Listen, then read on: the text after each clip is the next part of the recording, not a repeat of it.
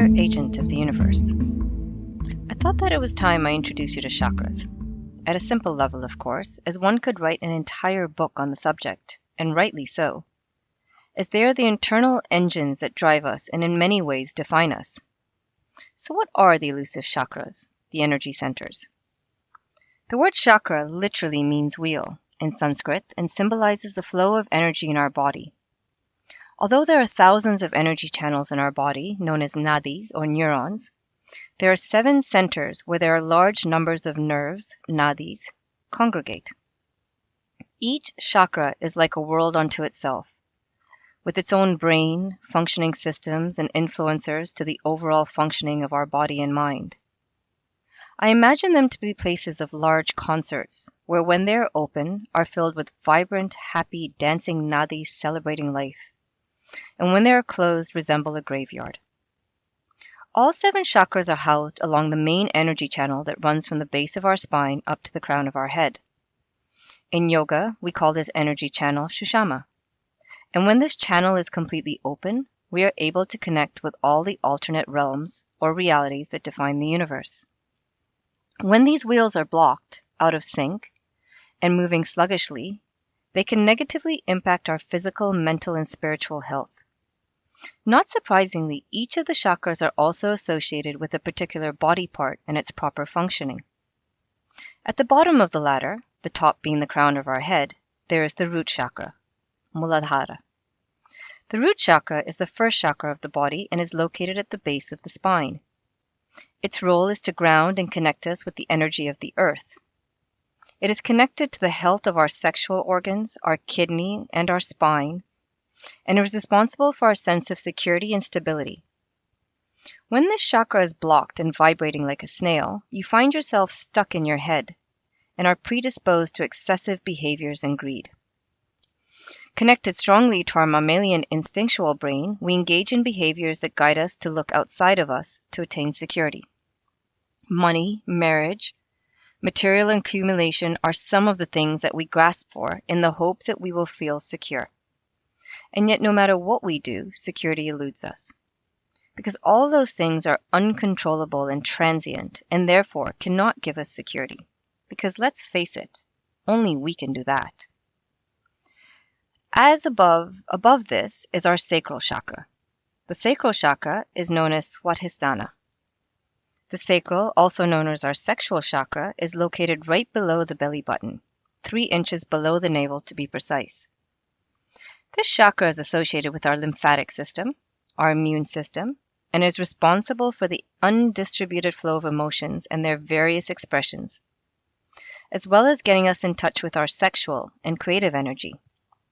This chakra encompasses our bladder, prostate, ovaries, kidneys, and some extras.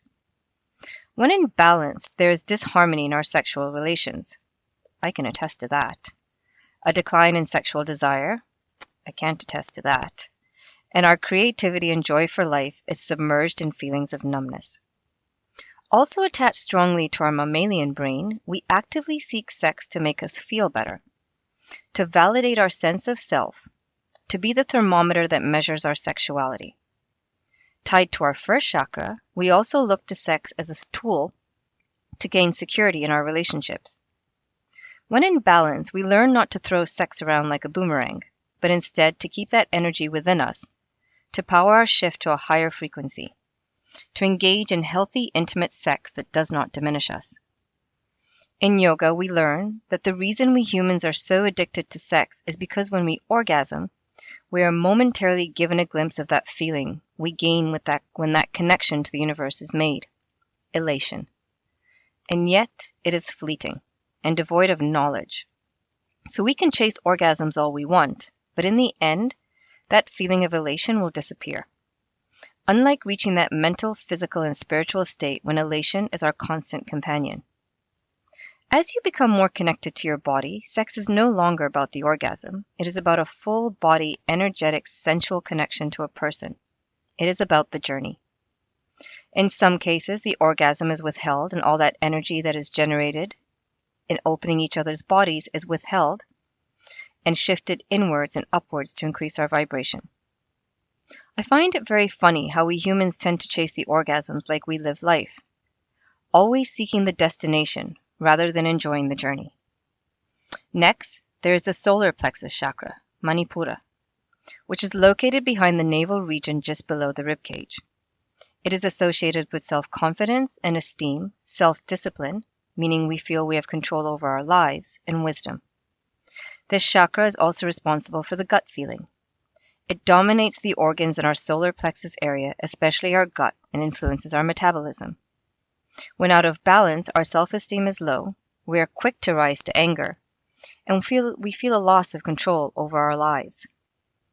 Also connected to the mammalian brain, this chakra, when imbalanced, influences us to turn to drugs, alcohol, junk food, and other ingestible items to make us feel better. Once again, depending on things external to us to define and satisfy us. Because when blocked, we remain unconnected to ourselves and our body, and therefore do not engage in self-care. Well, unless you have a Fitbit or an app to remind you to look after yourself.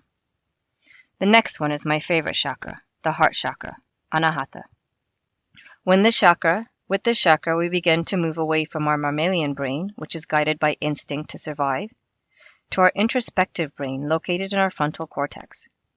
As imbalances in these chakras stem from our thoughts and emotions and the feelings we attach to them. Located in the center of the chest and not where the actual organ lies, it is responsible for love, compassion, emotional healing, and sound mental health. And in my case, healthy insanity. It influences our heart and our lungs and is so powerful. I shall at some point dedicate a whole letter to it. When this chakra is blocked, we tend to engage in anger, jealousy, grief, and self-hatred. A total cocktail of self-destruction. Yep, I've been there. The throat chakra, Vishuddha, is associated with voicing our expressions, our truth, and being creative. It is responsible for us being able to communicate honestly and openly. It influences not only everything associated with the throat, but also with our respiratory system. This chakra is the source of speaking our most authentic truth, as when energy is blocked or low here, we suffer from fears of not being accepted or of being judged. Not surprisingly, when I do a sound journey on people, it is this chakra, as well as our sexual chakra, that is most blocked.